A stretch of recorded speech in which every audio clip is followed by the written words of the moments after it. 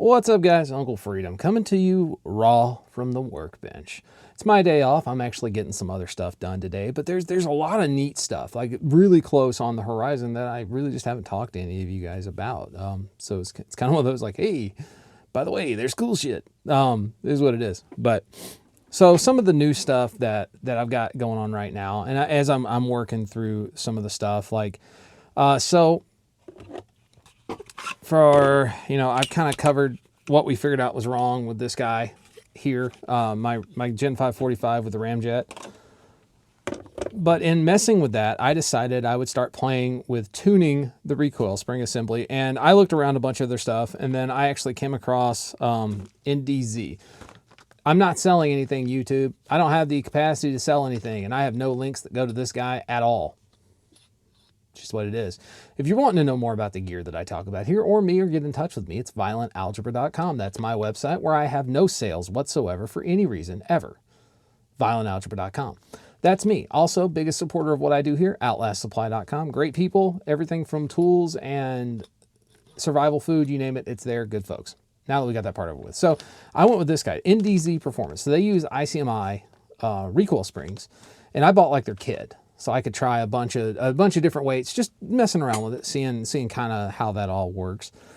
Getting ready to cut down some more of these back straps to create just the beaver tail portion that I use.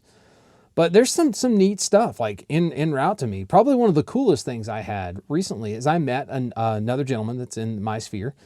But before I get to him, so I'm at work.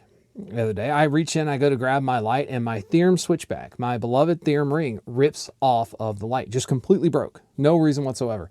This is like on a Saturday. And it was at like 1 o'clock in the morning.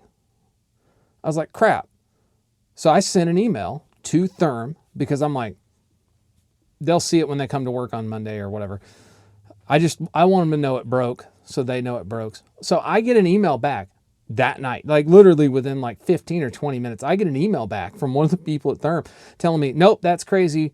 You'll have one shipped out to you on this day. And I'm just like, I was just trying to make you guys aware. Also, why are you responding to me at 1 in the morning? But if that's the kind of customer service that exists, now keep in mind, I have no deal or anything with them. And the email I sent it from doesn't say Uncle Freedom anywhere. Like I sent them an email just from like my work account. It was like, hey, by the way, I broke this thing. And they're like, nope, we got you. Here's a new one. Like it'll ship out this day. And like, yeah, no, there's my new one. Right? Awesome people. Like heart, like hearts, like they won me over big time. I already love what they did, but holy crap, man. Middle of the night on the weekend, somebody's responding to me, telling me that we got you. That was a really cool thing. And I will recommend them unabashedly, period. Like that's just freaking cool. Although I will say, I need you guys to make a Thrym for the dual fuel turbos. It needs to happen because man, this needs a Thrym switchback on it. A lot. That would be super cool. But, I had that come in. That was pretty cool. I've kind of been messing with some new springs. Those guys that have seen this guy here. So this is my LCR in 22 long rifle. Awesome. Cool gun, right? It's clear. All the guns are clear, YouTube. But I played around with some different holsters for it.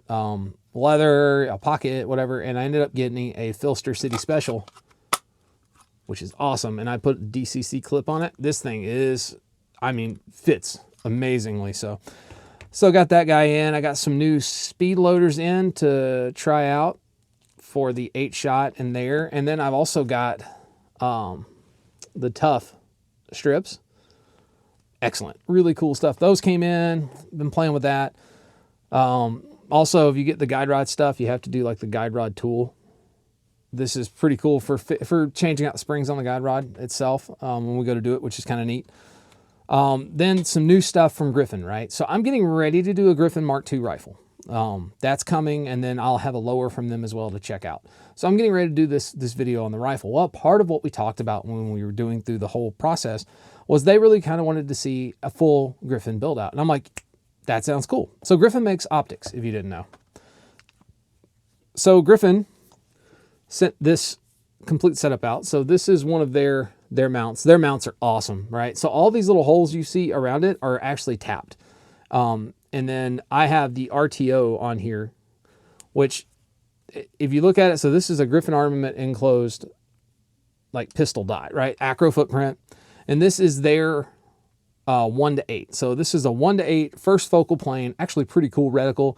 It's actually got the way the reticle's set up for your hold-offs on the side. It's actually set up so that if you were in a compromised position and shooting like this, you have a drop depending on which way you're holding the thing. So a BDC, even at off angles, is pretty cool. Illuminated reticle, pretty decent stuff for the reticle. Standard red dot here that we've got on here, and then it's on their RTO mounting plate. They make another one that mounts dead at 12, which I kind of really want, but I'm testing this one out anyway. Pretty dope. I gotta admit, I like how it is. I know it looks weird being offset, but typically if I'm shooting fast with something that's got an optic, I'm at an angle anyway. So this is actually in my eyesight right now. So pretty cool. This guy's coming. Feels nice, feels well made. No, it's not made in America. The mount is though. But optic is a 1:8 LPVO, and we're gonna test it as I would any 1:8 LPVO, and we're gonna do it on Griffin's rifle. Like I'm pretty excited to see kind of how that goes. And then I started working with another gentleman who I met. I was actually floating through my local gun store. I went in and my guy goes, "Hey, have you seen these new trauma kits?" So he comes over, hands me one of these trauma kits. I'm looking at it, and then he tells me, he's like, "Hey, I need you to like contact the guy." So I reach out. This guy is a flight medic out of Kearney, Nebraska. So he's local-ish to me, but he created these. These are his trauma kits. So being the guy is actually a guy in the field. I expected all of the stuff in here to be really, really nice. It's Chase Tacticals who makes the actual bag itself. I gotta admit, the bag's pretty dope. I like how it's set up. The actual layout of the bag is really cool. So this guy, once we peel it open, this pops down and boom, we have the full layout on the inside. Love how elastic and set up this is. No, nothing is staged because I haven't really messed with it that much, but I've got some gloves down here, a trauma blanket here. I've got Celox, gauze, chest seals. I have a flat fold ETD right here. Sharpie on the inside. Love the way this pouch is set up. And then a Cat Gen 7, and then I have some NAR shears over here. The only thing I would change about this, and I brought it up to him because I'm a big proponent of more compressed gauze is always better. So I am going to add a second thing of compressed gauze to this because that will make it fit kind of my mission parameters a little better. But I love the kit. I like what he's done. He's literally gone out and he's picked, exceptionally good stuff, like real good gear that you can actually use. And to be honest with you, I expect nothing less because the thing is, if you're a guy that does this for a living in a professional setting, you're going to pick gear that doesn't suck because you're the one doing it.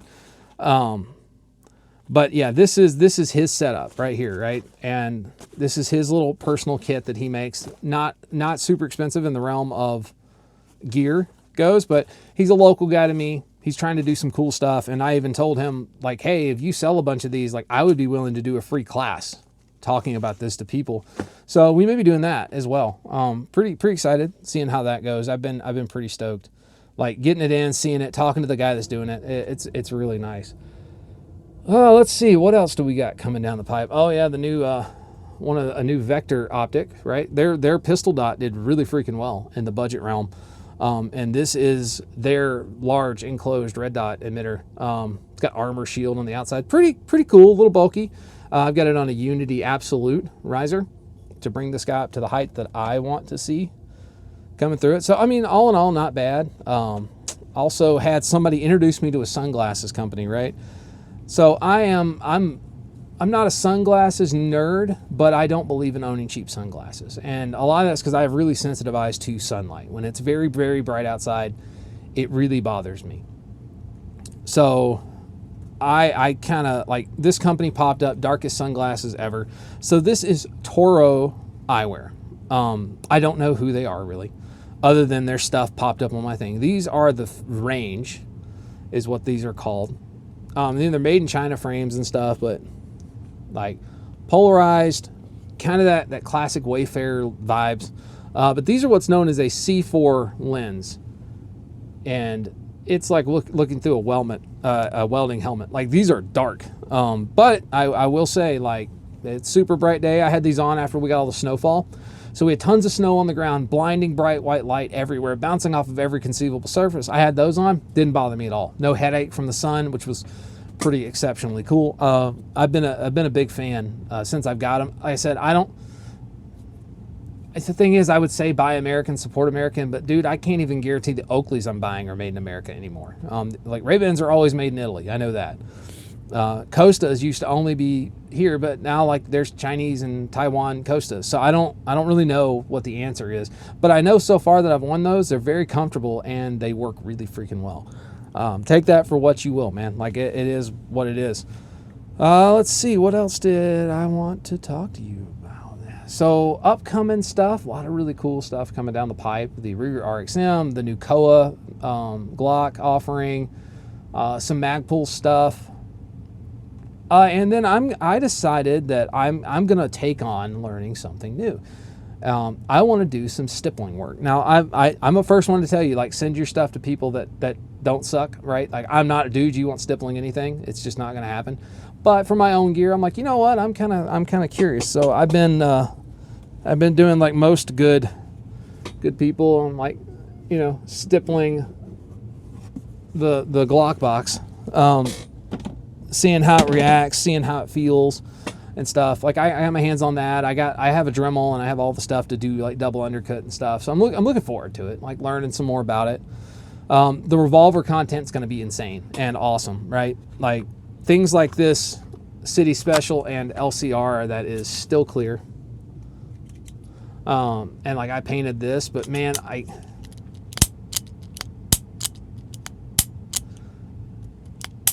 It's not bad. Like it's super consistent. The tamer grips are really nice. We're going to be talking about this guy as well as some other revolvers that are coming out, you know, like this guy, which has blanks in it, or not blanks in it, but dummy rounds from the other thing. So these guys actually, these are battlefield blanks that we use when we do active shooter, and they make excellent snap caps and dummy rounds afterwards. So this is a Taurus 905. So this is a stainless steel with a Hogue monogrip tamer on the back. Pretty, not bad. Not bad. Handful to shoot with the original grips, but now I have these tamers on here and it actually shoots pretty well. This is a 9mm revolver. Conceals really well. Excellent kind of piece of equipment.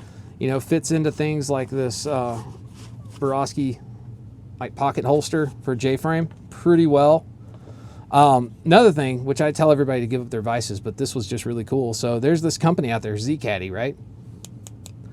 This is a metal, like, Zen caddy, right? Here's the thing. I don't like, I'm not a fan of that stuff, right? But I'm a big fan of Black Buffalo. Like, that stuff's really good. It does what I need it to do. It's not tobacco. So that's pretty cool. Only if you're old enough. Anyway, but this right here is just cool. Like, this is the Z-Caddy. And it's a billet aluminum like deal, like pretty cool. It's got a thing on the top to hold your used ones if you want to, but that's pretty neat. New stuff from Griffin Armament. In addition to the other stuff, this is their brand new released blast can. So this functions much like the Surefire Warden, right?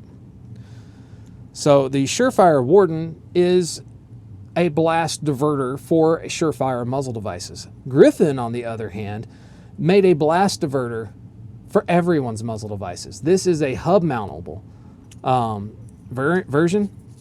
So that means that the actual diverter itself is just that, man. It's just all it is an empty shell to divert the blast off your muzzle in. And then it's a hub mount. So I can use Griffin's muzzle devices. I can use anybody's muzzle devices if they make a hub mount for their stuff. Standard hub mount thread, you know, pretty cool stuff. I have high temp anti-seize on this guy because I use it on my muzzle devices. But yeah, this guy just screws down onto it.